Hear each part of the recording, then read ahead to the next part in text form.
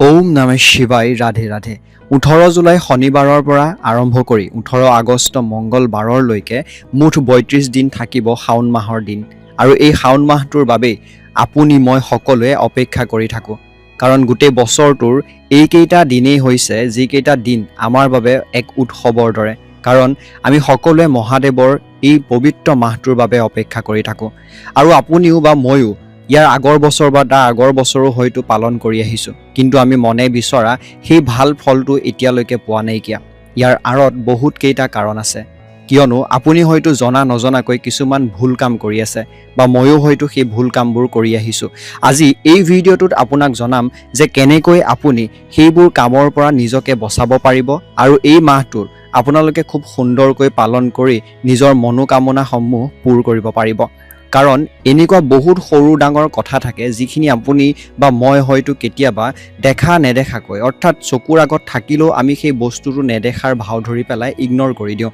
কিন্তু এই ভিডিঅ'টো চোৱাৰ পিছত আপুনি সেই সকলোবোৰ কথাই গম পাব যে আপুনি ক'ত কি ভুল কৰি আছে ইয়াৰ লগতে ভিডিঅ'টোৰ শেষত মই এনেকুৱা কেইটামান তাৰিখৰ বিষয়ে জনাম যিকেইটা তাৰিখত যদি আপোনালোকে ভাল পোৱা মানুহজনৰ সৈতে বিয়া কৰায় তেতিয়াহ'লে আপোনাৰ বাবে বহুত বেছি ভাল হ'ব কাৰণ এই মাহটোতেই ভগৱান শিৱ বাবা আৰু পাৰ্বতী মাৰ মিলন হৈছিলে আৰু সেই কাৰণে প্ৰেমৰ ফালৰ পৰা এই মাহটোক বহুতে বেছি সফল মাহ বা এক উদযাপন কৰা হয় গতিকে এই দিনকেইটাৰ বিষয়ে আপুনি যদি জানিব বিচাৰে ভিডিঅ'টো শেষলৈকে চাব আৰু এই দিনকেইটাত বিবাহ পাশত নিশ্চয়কৈ যদি আবদ্ধ হ'ব বিচাৰে আবদ্ধ হ'ব পাৰে কাৰণ বহুতে বেছি ভাল দিন লগতে ভিডিঅ'টো যদি চাই আছে মহাদেৱক যদি ভাল পায় নিশ্চয়কৈ এটা লাইক কৰিবলৈ নাপাহৰিব চেনেলটো যদি ছাবস্ক্ৰাইব কৰা নাই ছাবস্ক্ৰাইব কৰি কাষতে থকা ঘণ্টাৰ নিচিনা সৰু ছবিটো চুই দিয়াৰ লগতে কমেণ্ট বক্সত ওম নমঃ শিৱায় ৰাধে ৰাধে বা জয় মা পাৰ্বতী বুলি লিখিবলৈ নাপাহৰিব প্ৰথমতে জানো আহক যে আমি পবিত্ৰ শাওণ মাহটোক কিয় ইমান সুন্দৰকৈ উদযাপন কৰোঁ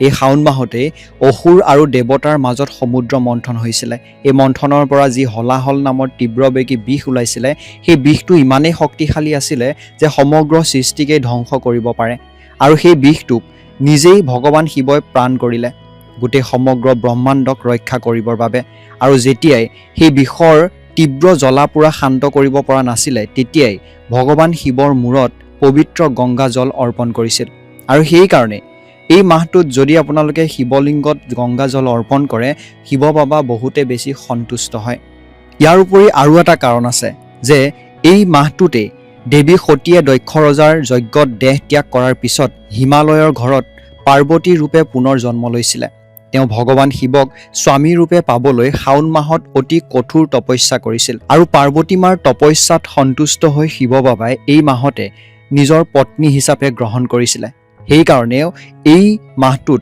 শিৱ পাৰ্বতীৰ মিলনৰ পবিত্ৰ সময় বুলি কোৱা হয় যিহেতু এইবাৰ শনিবাৰৰ পৰা আৰম্ভ হৈছে সেইকাৰণে শনিবাৰৰ দিনটোৰ পৰাই আপোনালোকে মাছ মাংস ডিম যিমানবোৰ আমিষ খাদ্য আছে সকলোবোৰ ত্যাগ কৰিব লাগিব কাৰণ যদি আপোনালোকে আমিষ খাদ্য খায় তাৰ পিছত যদি পূজা কৰে বা শাওণ মাহটো পালন কৰে তেতিয়াহ'লে আপোনাৰ কোনো শাওণ মাহটো পালন কৰাৰ অৰ্থই নাথাকিব কোনো ধৰণৰ ভাল প্ৰতিফলনে আপোনালোকে কেতিয়াও জীৱনত দেখিবলৈ নাপাব সেইকাৰণে ভুলতো আপোনালোকে এই মাহটোত মাছ মাংস বা যিকোনো আমিষ খাদ্য নাখাব যিমান পাৰে শাকাহাৰী খাদ্য খাবলৈ যত্ন কৰিব আৰু যিমান পাৰে নিজকে এইবোৰ বস্তুৰ পৰা দূৰত ৰাখিবলৈ যত্ন কৰিব শাওণ মাহৰ প্ৰত্যেকটো দিনেই হৈছে পবিত্ৰ দিন আৰু এই কাৰণে আপোনালোকে প্ৰত্যেক দিনাখনে ৰাতিপুৱা সোনকালে শুৱাৰ পৰা উঠক আৰু উঠি নিজকে পৰিষ্কাৰ পৰিচ্ছন্ন কৰি মহাদেৱৰ ওচৰত নিজকে সমৰ্পিত কৰক মহাদেৱক পূজা অৰ্চনা কৰক আপোনালোকৰ ঘৰত যদি শিৱলিংগ স্থাপন কৰি থৈছে তেতিয়াহ'লে শিৱলিংগত জল অৰ্পণ কৰক জল অৰ্পণ কৰাৰ পাছত বেলপাত তাত প্ৰদান কৰক যদি শিৱলিংগ আপোনালোকৰ ঘৰত প্ৰতিষ্ঠা কৰা নাইকিয়া তেতিয়াহ'লে ঘৰত থকা সেই মহাদেৱৰ ফটোকপিৰ ওচৰতে আপোনালোকে ধূপ এডাল জ্বলাই হ'লেও নিজৰ মনৰ সেই আশাখিনি ব্যক্ত কৰক বা নিজৰ পবিত্ৰ মনেৰে মহাদেৱৰ ওচৰত বা মহাদেৱৰ লগত নিজকে বিলীন কৰি দিবলৈ যত্ন কৰক তাৰপিছত যিহেতু সোমবাৰ আহিলে শনিবাৰে আৰম্ভ হ'ব সোমবাৰৰ দিনটো আপোনালোকৰ বাবে বহুতে বেছি গুৰুত্বপূৰ্ণ কাৰণ শাওণ মাহৰ প্ৰত্যেকটো সোমবাৰে বহুত বেছি পবিত্ৰ প্ৰত্যেকটো দিনেই পবিত্ৰ যদিও সোমবাৰৰ দিনটো বহুতে বেছি পবিত্ৰ। এই দিনাখন ঘৰ পৰিষ্কাৰ পৰিচ্ছন্ন কৰিব লাগিব। ৰাতিপুৱা সোনকালে শোৱাৰ পৰা উঠি একো যাতে ঘৰত জাবৰ জোথৰ বা লেতেৰা যাতে হৈ নাথাকে সেই বিষয়টো ধ্যান দিব লাগিব। তাৰ পাছত গংগা জলেৰে আপোনালোকে স্নান কৰিব লাগে। যদি আপোনালোকৰ ঘৰত গংগা জল নাইকিয়া আপোনালোকে অৰ্ডাৰ কৰি ৰাখিব আৰু যি গা ধোৱা পানী আছে তাত অকণমান বা এসাফৰ হ'লেও গংগা জল দি পেলাই আপোনালোকে স্নান কৰিব। নিজকে পৰিষ্কাৰ পৰিচ্ছন্ন কৰাৰ পিছত ঘৰখন পৰিষ্কাৰ পৰিচ্ছন্ন কৰি ল'ব। তাৰ পাছত আপোনালোকে স্বচ্ছ বস্ত্ৰ বগা বস্ত্ৰ পৰিধান কৰি মহাদেৱৰ ওচৰত যাওক, তেওঁক পূজা কৰক। যদি আপোনাৰ ঘৰৰ ওচৰে পাজৰে যাব পৰা সুবিধা আছে শিৱ মন্দিৰলৈ, নিশ্চয়কৈ শিৱ মন্দিৰলৈ যাওক। কাৰণ এই পবিত্ৰ শাওণ মাহৰ প্ৰত্যেকটো সোমবাৰে আপুনি যদি মন্দিৰলৈ যায় আপোনাৰ আধা মনোকামনা তাতে পূৰ হ'ব। এটা কথা মনত ৰাখিব, মনত যাতে কোনো ধৰণৰ ঘৃণা বা কোনো ধৰণৰ যাতে পাপ ভাৱ লৈ পেলাই আপোনালোকে মন্দিৰ বা পূজা কৰিবলৈ নাযায়। কাৰণ আপোনাৰ মনত যেতিয়াই কোনো ধৰণৰ বেয়া ভাৱ সোমাই থাকিব তেতিয়া কোনো ধৰণৰ ভাল প্ৰতিফলন আপোনালোকে দেখিবলৈ নাপাব। এইখিনিতে মন্দিৰলৈ যাওঁতে আপোনালোকে বহুতকেইটা কথা ধ্যানত ৰাখিব লাগে। কেতিয়াও প্লাষ্টিকৰ বটলত আপোনালোকে গাখীৰ লৈ নাযাব বা পানী লৈ নাযাব। তামৰ পাত্ৰ লৈ যাব, তামৰ পাত্ৰত পানী নি ভগৱানৰ ওচৰত বা শিৱলিংগত অৰ্পণ কৰিব। অন্যথা তাৰ বাহিৰে কোনো ধৰণৰ প্লাষ্টিকৰ বাচন বা প্লাষ্টিকৰ পাত্ৰত আপোনালোকে নিনিব। তাৰ বিপৰীতে আপোনালোকে যিকোনো ধৰণৰ বেলেগৰ চাকিত যোনে চাকি জ্বলাই থৈছে আপোনাৰ আশে পাশে সেই চাকিত আপোনাৰ যদিও তেল বাঢ়ি যায় সেই চাকিত দি নিদিব। ইয়াৰ অৰ্থ এইটোৱেই যে সেই চাকি গছি যদি আপুনি দি দিয়ে বেলেগৰ যি মনোকামনা আছে আপোনাৰ মনোকামনাতকৈ বেলেগৰ মনোকামনাহে বেছি পূৰ হ'ব।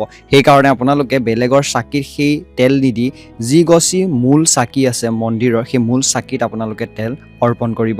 ইয়াৰ লগতে আপোনালোকে ধতুৰা গুটি নিশ্চয়কৈ মহাদেৱক অৰ্পণ কৰক। যদি আপোনাৰ ঘৰৰ ওচৰে পাজৰে ধতুৰা গুটি নাইকিয়া শিৱ মন্দিৰৰ ওচৰত থকা দোকানসমূহতে আপোনালোকে পাই যাব পাৰে। গতিকে তেওঁলোকৰ পৰা নি শিৱলিংগত নিশ্চয়কৈ অৰ্পণ কৰক। ধূপ দীপ নৈবেদ্য লগতে বেলপাত নিশ্চয়কৈ ভগৱানক অৰ্পণ কৰাটো প্ৰয়োজনীয়। সোমবাৰৰ দিনটো হৈছে পবিত্ৰ দিন আৰু সেইকাৰণে সোমবাৰ দিনটোত আমি ব্ৰত পালন কৰোঁ। যিসকলে গোটেই মাহটো ব্ৰত পালন কৰিব নোৱাৰে সেইসকলে সোমবাৰৰ দিনটোত ব্ৰত পালন কৰে আৰু এই সোমবাৰৰ দিনটোত আপোনালোকে ফল মূল নিশ্চয়কৈ খাব পাৰে। কিন্তু বেলেগৰ পৰা খুজি মাগি বা ধাৰলৈ আনি কেতিয়াও ফল মূল নাখাব। ইয়াৰ লগতে নাচপতি ফলটো কেতিয়াও নাখাব। ধাৰ কৰি যদি আপোনালোকে ফল খায় তেতিয়াহ'লে সেই ফল আপোনালোকে খোৱাৰ পাছত যি ব্ৰত পালন কৰা অৰ্থ আছে সেই অৰ্থ হয়তো নাইকিয়া হৈ যায়। ইয়াৰ লগতে শাওণ মাহত বহুতকেইটা কাম আছে যিকেইটা কাম আপোনালোকে একেবাৰে নকৰিব। তাৰ ভিতৰত বিবাহিত পুৰুষ মহিলাসকলে কোনো কাৰণতে সোমবাৰ মঙলবাৰৰ দিনটোত শাৰীৰিক সম্পৰ্ক স্থাপন নকৰিব। এই দিনকেইটা হৈছে সপ্তাহটোৰ পবিত্ৰ দিন আৰু ইয়াৰ পাছত যদি আপোনালোকে পূজা পাতল কৰে তেতিয়াহ'লে তাৰ অৰ্থ আপোনালোকে বা তাৰ ফল আপোনালোকে লাভ নকৰিব। ২ নম্বৰতে হৈছে যে আপোনালোকে কোনো কাৰণতে বেলেগৰ অন্যায় নকৰিব, বেলেগক দুৰ্নীতি নকৰিব, বেলেগক নঠগিব। যদি আপোনালোকে বেলেগক কষ্ট দি নিজে সুখ লাভ কৰিব বিচাৰে তেতিয়াহ'লে ইয়াৰ ফলত আপোনালোকে কোনো ধৰণৰ ভগৱানৰ ওচৰত বিচৰা সেই ফল সেই আশা কেতিয়াও আপোনালোকৰ পূৰ্ণ হ'ব। জীৱ জন্তুক আঘাত নিদিব, কাৰণ জীৱ জন্তুক আঘাত দিলে আপুনি যিমানেই পূজা নকৰক কিয় আপোনাৰ সেই পূজাৰ ফল কেতিয়াও লাভ নকৰে। মহাদেৱে কেতিয়াও ক্ষমা নকৰে আপোনাক যদি আপুনি জীৱ জন্তুক আঘাত দিয়ে। মহিলাসকলে এটা কথা ধ্যান দিব লাগিব, আপোনাৰ মাহেকীয়াৰ সময়খিনিত এনেকুৱা কোনো পবিত্ৰ স্থানলৈ নাযাব বা পূজা পাতল কৰা স্থানলৈ নাযাব যাতে আপোনাৰ বাবে সেই বিষয়টোৱে বেয়া প্ৰভাৱহে সৃষ্টি কৰে। ইয়াৰ লগতে এই শাওণ মাহটোৰ দিনখিনিত আপোনালোকে যেতিয়াই পূজা কৰিব তুলসী গছৰ তলত গণেশ বাবা লগতে শিৱ বাবাৰ মূৰ্তি বা ফটো কোনো কাৰণতে নাৰাখিব। যেতিয়াই আপোনালোকে সোমবাৰ দিনটোত পূজা কৰিব বা আপোনাৰ ঘৰৰ শিৱ মন্দিৰ বা শিৱ লিংগ ভাগত আপোনালোকে যেতিয়াই পূজা কৰিব তেতিয়া এটা কথা মন দিব লাগিব যে আপোনালোকে তাত যাতে কোনো ধৰণৰ তুলসী পাত অৰ্পণ নকৰে, কাৰণ শিৱ বাবাৰ পূজা কৰোঁতে তুলসী পাত অৰ্পণ কৰিব নালাগে। সোমবাৰৰ দিনটোত মহাদেৱক পূজা কৰাৰ উপৰিও মংগলবাৰে আপোনালোকে গৌৰী মাৰ পূজা কৰাৰো বহুতে বেছি দৰকাৰী। ইয়াৰ উপৰিও এটা কথা আপোনালোকে এইটোও ধ্যান দিব লাগিব, যি স্থানত আপোনালোকে মহাদেৱৰ পূজা কৰে, মহাদেৱৰ শিৱলিংগ ভাগ প্ৰতিষ্ঠা কৰিছে, সেই স্থানলৈ যাতে অপৰিষ্কাৰ মনেৰে বা অপৰিষ্কাৰ হৈ যাতে নাযায়। লেতেৰা পেতেৰাকৈতো নাযাবই, কিন্তু তাৰ উপৰিও যদি আপোনাৰ মনটো লেতেৰা হৈ থাকে, মনত যদিও কিবা ধৰণৰ বেয়া চিন্তা চৰ্চা আহি থাকে, তেতিয়াও আপোনালোকে সেই স্থানলৈ যোৱাটো আপোনাৰ বাবে অপৰিষ্কাৰ বা আপোনাৰ বাবে অপকাৰ। ইয়াৰ উপৰিও আপুনি বেলেগ মানুহকো সেই স্থানলৈ তেনেকুৱা মনেৰে বা তেনেকুৱা লেতেৰাভাৱে যাবলৈ নিদিব। যদি কোনো মানুহে মাদক দ্ৰব্য সেৱন কৰি আহে তেতিয়াও নিশ্চয়কৈ আপোনালোকে এই কথাটো ধ্যান দিয়াটো প্ৰয়োজনীয়। ইয়াৰ লগতে আপুনিও কোনো ধৰণৰ মাদক দ্ৰব্য বা এনেকুৱা ধৰণৰ বেয়া বস্তুবোৰ সেৱন নকৰিব শাওণ মাহৰ দিনটোত, কাৰণ আপুনি যিমান পাৰে নিজকে পৰিষ্কাৰ পৰিচ্ছন্ন কৰি ৰখাটোৱে হৈছে শাওণ মাহৰ মূল অৰ্থ। আপুনি ঘৰখনত সোমবাৰৰ দিনটোতে হওক বা শাওণ মাহৰ দিনকেইটা খুব সুন্দৰকৈ পালন কৰি আছে, কিন্তু আপোনাৰ ঘৰৰ এনেকুৱা এজন হয়তো ব্যক্তি আছে যিয়ে এই শাওণ মাহটোক পালন নকৰে, বা তেওঁ মাছ মাংস খাই আহিব, বা তেওঁ কোনো ধৰণৰ মাদক দ্ৰব্য সেৱন কৰি আহিব। আৰু এই বিষয়খিনিত আপুনি এইটো কথা ধ্যান দিব লাগিব যাতে সেই মানুহজনৰ পৰা আপুনি দূৰত থাকে, আৰু সেই মানুহজনে যাতে আপোনাৰ ঘৰৰ পূজা কৰা যি স্থান আছে সেই পূজা কৰা স্থান বা পবিত্ৰ স্থানত যাতে ভৰি নিদিয়ে, কাৰণ তেওঁ গোটেই মানুহটোৱেই এই মাহটোত অপবিত্ৰ।